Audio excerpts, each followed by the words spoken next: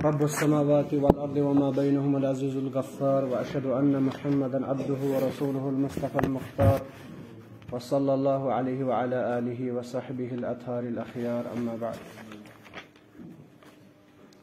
کتاب التوحید کا آج درس نمبر 35 ہے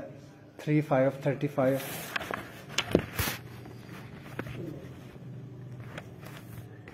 پچھلا جو درس تھا، پچھلا چیپٹر جو ہم نے پڑھا تھا وہ اس کے متعلق تھا کہ ابن آدم کا شرک میں مبتلا ہونے کا سب سے بڑا سبب یہ ہے کہ صالحین میں غلو کرنا، غلو کے متعلق. تو وہ ہم نے اس میں دلائل پڑھے تھے، بس کچھ مسائل تھے. خلاصے کے طور پر میں بتا دوں، اس باب سے ہمیں کچھ اہم چیزیں معلوم ہوئی کہ مؤلف رحمہ اللہ نے بیان کیا کہ یہ جو پچھلا باب تھا یا آگے اور 2 چیپٹر آئیں گے،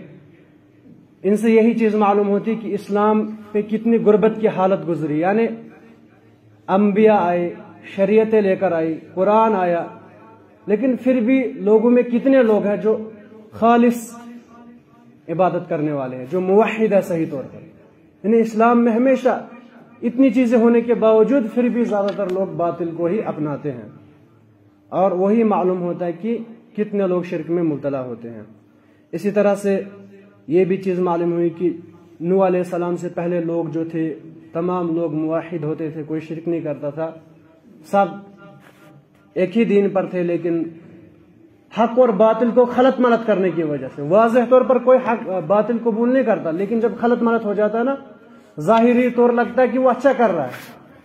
ایسا لگتا ہے کہ اچھا کر رہا ہے، لیکن وہ اچھا نہیں ہوتا ہے، خلط ملط کی وجہ سے یہ ہوا. اسی طرح سے پچھلے باب میں معلوم ہوا کہ یہ سب کیوں ہوا، لا علمی کی وجہ سے. جب علم ختم ہو گیا، جیسے کہ مؤلف رحمہ اللہ نے آخری مسئلہ بیان کیا کہ پہلے جو لوگ تھے انہوں نے تصویریں رکھی تھی ان کی، لیکن پوچھتے نہیں تھے، بس ان کو دیکھ کر اپنے اندر وہ جذبہ پیدا کرتے تھے محبت کا. لیکن جب وہ مر گئے، پھر اور لوگ آئے، ان کے پاس وہ علم نہیں رہا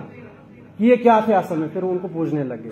اسی لیے کہتے ہیں کہ فقدان علم ایک بہت بڑی مصیبت ہے، جس کی وجہ سے ایک انسان برائی میں مبتلا ہوتا ہے. اور اس کی بہت ساری وجوہات ہو سکتی ہے فقدان علم کی کمی کی وجہ سے. سب سے بڑی وجہ یہ ہے کہ علماء کا فوت ہو جانا، یا اعراض کرنا دین سیکھنے سے، دنیا کے ساتھ اتنا مشغول ہو جانا کہ یاد ہی نہ رہے کیسے ہم دین کو بچا سکتے ہیں. اور کچھ وجوہات یہ بھی ہے جیسے کہ قیامت کی نشانیوں میں سے قرہ کا بڑھ جانا لیکن حقیقی عالم نہیں، فقہا ہونا لیکن ایسے علماء جو علم پر عمل نہ کرے، اور پھر اس سے عام لوگوں کو زیادہ نقصان ہوتا ہے کہ اگر وہ عالم کو دیکھتے کہ وہ عمل نہیں کر رہا تو وہ بھی کہاں کریں گے. اللہ تعالی ہمیں اس سے بچائے. اور یہ بھی معلوم ہوا کہ غلو کی ہی قسم میں سے تنطع بھی ہے کہ ایک انسان کسی چیز میں بہت زیادتی کرے، چاہے وہ کوئی بھی چیز ہے، یا کمی کر دے. جیسے کہ صوفی لوگ کہتے من اراد دنیا فہو غیر مرید للآخرہ، جو بھی دنیا کا کوئی کام چاہتا ہے، زیادہ کھاتا پیتا، سمجھو اس کو آخرت نہیں چاہیے. یا کوئی ایسا کہتا ہے میں شادی نہیں کروں گا، میں روزہ نہیں رکھوں گا، میں روزہ ہی رکھوں گا، میں سوؤں گا ہی نہیں، تو یہ بھی غلو میں آتا ہے. تو توسط، بیچ کا راستہ اختیار کرنا ضروری ہے. جو نیا چیپٹر ہے آج کا وہ یہ ہے کہ مؤلف رحمہ اللہ بیان فرماتے ہیں باب ما جاء فی التغلیظ فی من عبد عند قبر رجل صالح. اس آدمی کے متعلق، اس آدمی کی یعنی برائی کے متعلق، اس کی شدت کے متعلق کہ کوئی آدمی قبر کے پاس اللہ کی عبادت کرے، کسی نیک آدمی کی قبر کے پاس اللہ کی عبادت کرے. فکیف فی من عبدہ، پھر وہ اس آدمی کی کتنی یعنی کتنا برا ہے، کتنا بڑا گناہ کرتا ہے وہ آدمی جو قبر کے پاس قبر والے کی ہی عبادت کرے. فی الحال تو مؤلف رحمہ اللہ نے دلائل اس پر لائی ہے کہ ایک آدمی نیک آدمی کے قبر کے پاس جائے اور وہاں پر اللہ کی عبادت کرے، اس کی مذمت کیا رسول اللہ صلی اللہ علیہ وسلم نے. تو پھر وہ آدمی کیسا ہوگا جو قبر والے کی ہی عبادت کرے. مؤلف رحمہ اللہ نے اس میں حدیث لائی ہے، صحیح بخاری کتاب الصلاۃ، صحیح مسلم میں حدیث ہے. فرماتے ہیں ان عائشہ رضی اللہ عنہا ان ام سلمۃ رضی اللہ عنہا ذکرت لرسول اللہ صلی اللہ علیہ وسلم کنیسۃ رأتها بأرض حبشہ عائشہ بیان فرماتی ہے ام سلمہ نے رسول اللہ صلی اللہ علیہ وسلم کے سامنے ذکر کیا ایک کنیسے کا، گرجے گھر کا، جو اس نے حبشہ میں دیکھا تھا۔ اصل میں ام سلمہ جو ہے ام المؤمنین میں سے ہے، یعنی ہماری ماں رسول اللہ صلی اللہ علیہ وسلم کے ازواج میں سے ام سلمہ۔ انہوں نے ہجرت کی تھی اپنے شوہر کے ساتھ حبشہ کی طرف، تب یہ رسول اللہ صلی اللہ علیہ وسلم کے نکاح میں نہیں تھی، تب یہ ابو سلمہ کے نکاح میں تھی، لیکن وہیں پر ان کی وفات ہوگی ابو سلمہ کی، جبکہ نئی نئی مسلمان بھی ہوئی تھی اور بہت پریشان ہوئی۔ ان کو ایک دعا سکھائی تھی رسول اللہ صلی اللہ علیہ وسلم نے کہ جب مصیبت آئے آپ کہا کرنا انا للہ و انا الیہ راجعون، اللہم اجرنی فی مصیبتی واخلف لی خیرا منہا، اے اللہ مجھے اس مصیبت کا اجر دے اور اس سے اچھا بدلہ دے۔ جب ام سلمہ نے اس دعا پر غور کیا، کہا میرا شوہر تو مر گیا، مجھے اس سے اچھا کہاں ملے گا، لیکن صبر کیا۔ لیکن وہ یہ سوچ رہی اس دعا کے بارے میں، اس میں یہ کیوں ہے کہ مجھے اس سے اچھا دینا، مجھے اس سے اچھا کیسے ملے گا؟ ابو سلمہ تو اتنا اچھا تھا، لیکن اسی حال میں تھی کہ اللہ کے نبی علیہ الصلوۃ والسلام نے ان کی طرف یہ بھیجا خطبہ، یعنی نکاح کا پیغام بھیجا، تو بہت خوش ہوگی۔ پھر اللہ کے نبی علیہ السلام نے اس کو اپنے نکاح میں لائے۔ اس میں اور بھی تفصیلات ہیں، لیکن اللہ کے نبی علیہ الصلوۃ والسلام کا رحم، ضروری نہیں ہے کہ ایک ہی وجہ ہو، ان وجوہات میں سے ایک وجہ یہ بھی تھی کہ نئی نئی مسلمان ہوئی، شوہر کی وفات ہوگی، ہجرت بھی کی تھی، اس کا دل بہلانے کے لیے کرو صلی اللہ علیہ وسلم۔ تو ام سلمہ بیان کرتے اللہ کے رسول صلی اللہ علیہ وسلم سے اسی واقعے کی بات، یعنی میں جب حبشہ میں تھی تو میں نے ایک کنیسہ دیکھا تھا، وما فیہا من الصور، اور اس میں انہوں نے یعنی شکلیں بنائی تھی، صورتیں تھیں۔ تو فقال رسول اللہ صلی اللہ علیہ وسلم نے کہا اولئک اذا مات فیہم الرجل الصالح او العبد الصالح، جب ان میں سے کوئی نیک آدمی مر جاتا تھا یہود نصارہ میں سے، تو بنوا علی قبرہ مسجدا، وہ اس کی قبر پر مسجد بنا دیتے تھے، وصوروا فیہ، اور پھر اس کی شکل بھی بنا دیتے تھے، وصوروا فیہ تلک الصور، جو شکلیں آپ نے دیکھی تھی وہ انہی کی شکلیں تھی جو اس میں دفن تھے۔ پھر کہا اولئک شرار الخلق عند اللہ، اللہ تعالیٰ کے نزدیک سب سے برے آدمی ہیں، سب سے برے لوگ ہیں جو نیک لوگوں کی قبروں پر مسجدیں بنا دیتے ہیں۔ تو اس حدیث سے یعنی مؤلف رحمہ اللہ نے یہ ثابت کیا کہ جو شیخ صالح فوزان رحمہ اللہ حفظہ اللہ بھی بیان فرماتے اس کے فوائد میں سے کہ اس حدیث کو لانے کا مقصد یہ ہے کہ سب سے پہلی بات یہ کہ بطلان عبادت اللہ عند قبر رجل صالح، یعنی نیک آدمی کی قبر کے پاس عبادت کرنا، چاہے وہ اللہ کی عبادت کرے، اگر نیک آدمی کی قبر کے پاس اللہ کی عبادت کرتا ہے وہ شرک خفی میں سے ہے، اور اگر اسی آدمی کی کرتا ہے تو شرک جلی ہے، واضح ہے۔ اسی طرح سے انہی فوائد میں سے یہ ہے کہ اس سے روکا گیا کہ ہم یعنی رسول اللہ صلی اللہ علیہ وسلم نے کفار کے اس بری خصلت یعنی یہود و نصارہ کی بری خصلت کی خبر دی تاکہ ہم اس سے بچیں، اور اسی طرح سے ایک عظیم چیز اس سے بیان کی کہ تصویر سے منع کیا کہ تصویریں بنائی جائے، کیونکہ تصویر بنانا یا قبر کے پاس اللہ کی عبادت کرنا شرک کا ایک سبب ہے، شرک کا ایک سبب ہے، اگرچہ شرک نہیں بھی ہوتا، جیسے کہ اللہ کے نبی علیہ السلام نے کہا سورج طلوع ہونے کے وقت اور غروب کے وقت عبادت نہ کرو، کیوں؟ کیونکہ مشرکین کفار اس وقت سورج کی پوجا کرتے ہیں، ورنہ اس سے کیا ہو جاتا ہے، انسان تو اللہ کی عبادت کرتا ہے نا، لیکن یہ شرک کا ایک ذریعہ بنتا ہے، تو پھر وہ آدمی اس آدمی کا کیا حال ہے جو قبر پہ جا کر وہاں پر عبادت کرتا ہے یا پھر قبر والے سے مانگتا ہے۔ اعاذنا اللہ و ایاکم منہا۔ دوسری حدیث لاتے ہیں اس میں مؤلف رحمہ اللہ پھر، لیکن اس سے پہلے ابن تیمیہ رحمہ اللہ کا ایک قول ذکر کرتے ہیں امام ابن تیمیہ، فہؤلاء جمعوا بین فتنتین، یہ جو لوگ تھے یعنی جنہوں نے قبر پر مسجد بنائی، انہوں نے دو فتنوں کو جمع کیا، ایک تو فتنۃ القبور، ایک تو قبر بنا دی مسجد یعنی قبروں پر مسجد بنائی، اور وہ فتنۃ التماثیل، اور وہاں سے شکلیں بھی بنا دی، دو بڑے گناہ کیے۔ تو شیخ محمد بن صالح العثیمین رحمہ اللہ بیان فرماتے ہیں فتنہ اس لیے کہا کیونکہ یہ عبادت سے روکتا ہے، تو کل ما یصد الناس عن العبادہ فهو من اقسام الفتنہ یا فهو من الفتنہ، جو بھی چیز ہمیں عبادت سے روکتی ہے وہی چیز ہمارے لیے فتنہ ہوتی ہے، اسی لیے اس چیز کو بھی فتنہ کہا گیا۔ اس کے بعد دوسری حدیث اسی پر اکتفا کرتے ہیں، مؤلف رحمہ اللہ نے ذکر کیا، صحیح بخاری کی حدیث ہے، بھی بخاری مسلم کی حدیث ہے، فرماتے ہیں عائشہ رضی اللہ عنہ روایت کرتی ہے، قالت لما نزل برسول اللہ صلی اللہ علیہ وسلم، جب رسول اللہ صلی اللہ علیہ وسلم کے وقت موت کا وقت قریب آیا، یا جب ان پر ملک الموت نازل ہوئی، ملک الموت آئے، تفک یطرح خمیصۃ لہ علی وجہہ، ان کی ایک چادر تھی،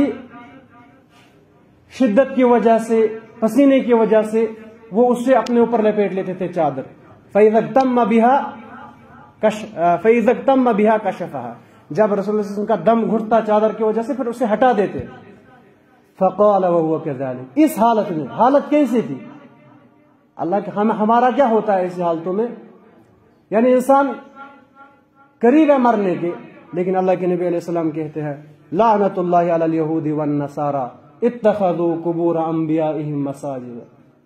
لعنت کرے اللہ تعالیٰ، یہاں کہا لعنت کی اللہ تعالیٰ نے یہود و نصارہ پر، کیوں؟ کیونکہ انہوں نے اپنے انبیاء کی قبروں پر مسجدیں بنا دی۔ تو فرماتے عائشہ رضی اللہ عنہ یحذر ما صنعوا، اللہ کے نبی علیہ السلام اس سے ڈرا رہے تھے، ولولا ذلك، اگر رسول صلی اللہ علیہ وسلم اس طرح نہ کرتے، ابرز قبرہ، ہو سکتا اللہ کے نبی علیہ السلام کی قبر باہر نکالے، ان کی قبر باہر رکھی جاتی، یا ایسا ہوتا غیر انہ خشی ان یتخذ مسجدا، یہ سب اللہ کے رسول اس لیے کر رہے تھے ایسی حالت میں تاکہ کہیں ان کی قبر کو مسجد نہ بنا دیا جائے۔ اللہ کے نبی علیہ السلام نے اس سے شدت سے منع کیا، اسی لیے